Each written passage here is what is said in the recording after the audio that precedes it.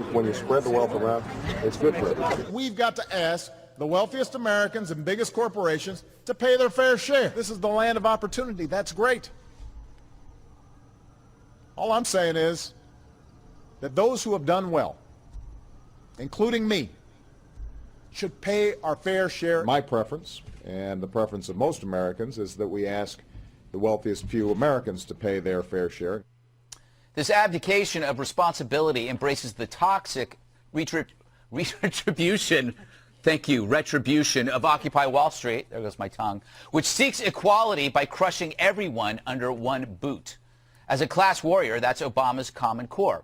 Finally, he says we need to change the way the media reports issues. If we're going to change how John Boehner and Mitch McConnell think, we're going to have to change how our body politic thinks, which means we're going to have to change how the media reports on these issues. We're going to have to change how the media reports on this issue. Let me tell you something. There's a book called Left Turn by Tim Groves-Close. He used to be with UCLA. Now he's at George Mason in Virginia. Of the top 20 sources where people get their news, all but 2 of them are left-leaning. The only 2 that are not is the special Fox report by Bret Baier and the Washington Times. And even the Fox report by Bret Baier is not all that off the center, according to this book. Most people get their news from a non-Fox source. Most people get their news from either ABC, NBC, CBS. Those 3 networks alone account for almost 30 million people every night looking at the news. And then local news and local newspapers. And virtually every major newspaper, every large city newspaper is left-wing. Most of them have endorsed President Obama twice. Many of our professional organizations like the ABA and the Association of Doctors, the AMA, left-wing. Many religious organizations are left-wing. So the news is left-wing.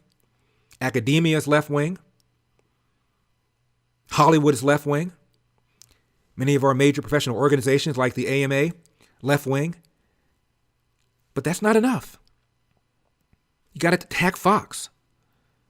Fox is the source of so much disruption in America, says President Obama. Not content with having much of the media in his back pocket. Let's go after Fox. It's so incredibly demeaning. And he's not specific.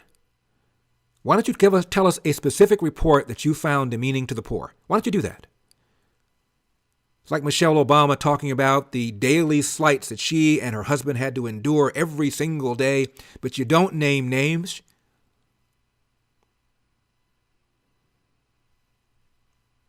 Jay Rockefeller, the retiring senator from West Virginia, is now retired. One of the reasons he said he's getting out is because of the racial insensitivity of those across the aisle, but didn't name a name.